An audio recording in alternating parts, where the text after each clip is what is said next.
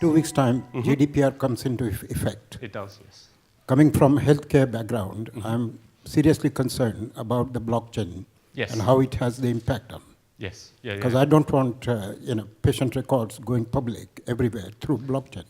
Well, it won't. I mean, so everyone knows what GDPR is, right? The General Data Protection Regulation, which is coming in from the EU. So yes. Anyone who's working, well, to be honest, I'd be very surprised if anyone in this room hasn't received a deluge of emails from absolutely anything they've ever signed up to in their life, even stuff they've forgotten about years ago, because they all have to contact you now to make sure that they can still preserve your data. So yes, again, so this comes back to the immutability, the idea that the blockchain fixes certain things. This has already been proven to be, as I say, a bit of a fallacy, not least that various different directions can be written into the way that a blockchain evolves, which takes the information off in different directions. But it also comes to this idea of using permissioned and permissionless.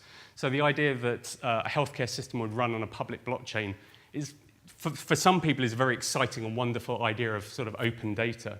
But the reality of it is more likely to be that it will end up as something like a permissioned ledger which exists behind a series of other security features. So the idea that it would be written to the public so anyone could interrogate your health records, I think would be highly unlikely and would not sort of survive public scrutiny, if I can put it that way, especially if we're dealing with the NHS, which is still just about a public organisation. So I don't think it's kind of a worry from that point of view. The bigger arguments that I've seen in relation to blockchain and GDPR really are about the right to be forgotten idea which the legislation or the regulations bring in. Because again, this comes to the idea of, well, if you've written something to the blockchain, and this goes to a point I didn't finish earlier because I was sort of going off on so many different tangents, but the idea that blockchain is fixing certain problematic data, so on the Bitcoin blockchain, various pornographic pictures have appeared, and these have included pictures of child pornography. These things are technically, in the short to medium term at any rate, fixed there. They can be, this idea therefore that they can be removed, either from a general point of view of existing sort of other forms of criminal legislation or other forms of data management legislation, or under the right to be forgotten clause of GDPR, are yet to be tested. But these are, when you sort of hit case studies like that, you kind of realize this very disturbing dark side to what most people see as the most wonderful idea that you can fix data so it's always publicly, going to be under public gaze and open for scrutiny by anyone. That sounds wonderful for some people, but it very quickly can become highly problematic. So, yeah. I'm working for a traditional manufacturing company, and I've got 2 questions for you. When do you think this blockchain will actually be something we're using in our business, and how will it come to us? Will it come to us by the customer asking us to use it? Will it come with a supplier, or what's your view? Yeah, great question, because that speaks exactly to the idea of the way that it's sort of spoken about. In many ways, it will already be coming to different forms of business, because through this narrative of disruption, this idea that your business needs to be prepared, there is this kind of you have to be sort of ready to move when the technology comes, because it's coming, and it's sort of like one of those I'm trying to remember, is the Stephen King film that was made into like The Fog or The Mist or something. It's like this thing's coming for you, and there's no way to get away from it. So there's that narrative to deal with, and in many senses that is already putting a lot of businesses on notice, if you like, and certainly from a legal point of view, it is being taken seriously as businesses being put on notice for various reasons. In reality, it's really hard to tell, because there is still, and this may be a slightly more idiosyncratic debate in many senses, and by that I mean not a sort of an open mainstream public debate, but there is still very much a debate about between the permissioned and the permissionless. Because if for a manufacturing business, if you can use it to trace certain products or certain elements of your supply chain, you can either do that in a public blockchain, or you could do it on a permissioned private blockchain. So the technology can be used across both of those, so it can come to you in that form. It's likely to come to you in the form of a third party who's going to sell you an app that would allow you to do this. The idea, again, and this tends to come from the more of the libertarian end of the spectrum in relation to public blockchains, is that we will all be empowered to be, and this has that governmentality element about sort of all being entrepreneurs as well, that we will all be able to do this ourselves. And it's like, that's just, the world has never worked like that. The internet certainly, as we're all well aware, and platform capitalism has shown us in recent years, that is not the way that the technology works through society, nor is it one which a customer or your average sort of Joe really wants. Most people don't want to have to deal with this stuff themselves. They would much rather abdicate that responsibility to a third-party firm who will build something which can then be mobilized. I mean, it's a horribly cynical thing to say if you're, from me to say that to someone who's coming from the libertarian end of the spectrum. But it's just a reality. I mean, it really is. So. How many years roughly until we see it? Oh, well, it's already there. So, I mean, it's already working in a number of different. Most of these tend to be fairly loose use cases. So there's no sort of major mobilization. But lots of banks like Santander, and Barclays possibly now, and MasterCard, again, all of the, precisely the sort of the main global players that the technology was first pegged to undermine, are precisely the ones who are now using it in all their back office systems. So. I don't think small companies need to, I would just say, as a manufacturing company, probably wouldn't even know. Like, you get a new generation of software that allows you to trade and buy things or whatever you buy. Yeah. And unbeknownst to you in the background, it'll be using blockchain instead of a previous technology. Yeah. It's generally, if you're an exchange, then you should be worried. So if you stand between two businesses and your role in that transaction is to effectively act as the trust agent to say, yes, I've received the money from party A, I will release the goods to party B. That's one of the real use cases where blockchains can remove that central entity. Yeah, the peer-to-peer element, which is the sort of the great end of sort of disintermediation, and exactly the destruction of the great bogeyman, the middleman. No one wants the middleman around anymore, apparently. But I utterly dispute that will actually ever turn out in reality. Not least for the fact that you're going to be dealing with probably private enterprise who are going to be developing the apps which will be used. So you've got someone who's going to have to do your sort of IT backup effectively, and when things kind of go sideways. But yeah, I don't disagree with you. I mean, a great example would be, how many of us really questioned when cloud computing all of a sudden became a sort of a backup feature to our emails, for example. All of a sudden it was there, and it's like, oh, this is quite exciting, but I don't really know what it is. But yes, in that sense, blockchain could be initiated in the same way. That is the invisibility, that's the common sense element, which I think I mentioned much earlier this afternoon. From me, someone who's sort of interested in the detail here, I find that worrying, whether people should worry about it generally, or whether that's, quite frankly, just the boring dimension of the technology. It's fine. I get the point on universal basic income, that it could be used to help transition from one job to another in the fourth technology revolution. But how do you stop the benefits of universal basic income being arbitrated out by inflation? So maybe increases in council tax, basic cost of food and entertainment. Yeah, I think that's a really good question. You have other technical issues as well related to basic income. I mean, Malcolm Torrey tried to show, him and other people tried to show that it's really feasible. But I think I agree with what you're saying and what you're pointing at, that you cannot just, first of all, it's not a silver bullet. if it is to be used. And second, if you use it, it has to be used in combination with other things. And clearly, you cannot just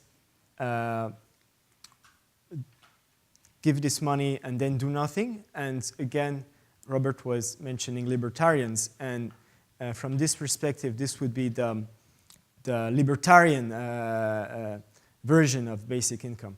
No, you would, if you are to use it, you have to use it, and you have to think about its consequences so it works. So inflation would be a big challenge, of course. I agree. Yeah, at the outset of blockchain, when I got involved in it, the use of using this technology to get aid to people right at the front line in disasters was there. And I thought that was a tremendous thing. And it seems to have gone quiet. I don't know whether people in government are actually championing this, because somebody needs to put a lot of energy and calories behind this, because it'll cut out fraud, and it means that I could put £10 in on the internet today, and I know within minutes it could be spent by a beneficiary in Sudan or wherever that might be. Has that just died a death? No. It's still very much there. I mean, UNICEF have been quite involved in dealing with, again, around this slightly problem, and for me it's a problematic idea, of refugees who are first and foremost seen as failing economic citizens because they are unbanked. So this idea that you can provide them with funds in a peer-to-peer fashion, which therefore transcends the necessity of any sort of state infrastructure, because it simply isn't there in many cases. Now, yeah, in a very direct way, that it's hard to see why that would be a bad thing, and there are still people very much in government who are dealing with that. But interestingly, again, another meta-analysis here, our timetable for our developing of reporting in the parliamentary group, all of that stuff comes right at the bottom. We're dealing with that in a few months' time. At the moment, it's all about what can we do for entrepreneurs and business, which I have a massive problem with. I tried to have the agenda changed. Grant Shapps wasn't interested in listening to me. He's heads up the group. So yeah, I mean, for me, again, this has so much to do, I mean, there's so many contradictions, so many paradoxes which flow through this. Again, not to digress too far on this, but for me, a lot of these are very quickly falling into stream with what I see as a number of different problematic narratives that flow from capitalism generally. So whether that's corporate social responsibility, which I think is a highly problematic, contentious idea, free or sort of it's kind of free market socialism, which I think is sort of the idea of free market fairness, which I also see as a problematic ideal. There is, there is an order to these things. There is a deliberate order. Yeah, I'd just like to sort of build on that, if I may, because we did some work, we did some work, the Public Understanding of Finance with the Open University some while back, which was a great thing. Mm-hmm. Would the OU like to provide leadership on this? Because I'm trying. I'm more than welcome to go around and knock on the square miles corporate, social responsibility people and try and get funding for this. Because I just think it's such a powerful thing, which, if done properly, it would just, it would transform many tens of thousands of people's lives at very little cost. Because these things don't take a lot to develop, because we're using a Montenegro software company now, and we've done something pretty smart in 6 months. Yeah, well, at very little cost. I'd love to talk to you afterwards, so I'll grab you then, and we can grab me. Yeah, just here. First question for both of you: rights and responsibilities, two sides of the same coin. We talk about rights, but we didn't talk much about the responsibility. If you are going to give money away in whatever benefits, and you don't take any pledge of responsibility from the person, unconditional giving away, you are opening the gates for abuse, basically. Okay, so yeah, thank you. Yeah, we are going back to basic income. And I think, yeah, this is again the major objection that exists, and I'm going to repeat, and it's related to a certain extent, at least in my opinion, to the kind of ideology of work, imaginary of work that we have in our society. That, for instance, you can see on with self-made men, or the question of performance. How it's everywhere. So you are right. I mean, it's very difficult to think about providing money to people without a sense of responsibility. What I can do, I don't know. There's two quick things I can say. First of all, there's the legal aspect. I mean, if you don't do anything illegal with it, this would be the first thing. Obviously, if you don't use this money to engage in illegal activity, this would be one thing. The second thing would be to think, this would be perhaps a kind of utilitarian argument. If you don't look at the individual, but you look at society as a whole. I mean, and again, I'm not sure. I'm trying to present arguments in favor of it, but I'm not saying I agree with them. But if you are to defend this idea, then if you look at good at the level of society and not at the level of the individual, and you think, okay, is this going to improve? How could I say this? Inclusion. Is this going to provide more gender equality at a social level? Then this might be a way to think about this responsibility issue. 5 minutes. Okay, we've probably got time for one, maybe two questions. Is that? No. Yep. I guess kind of on a general level, when we talk about disruptions, just personal reflections on this. Going forward, seeing what we're seeing in these areas, are you personally optimistic for, let's say, your notional children's futures compared to what you've had, or are you generally pessimistic compared to what you've had?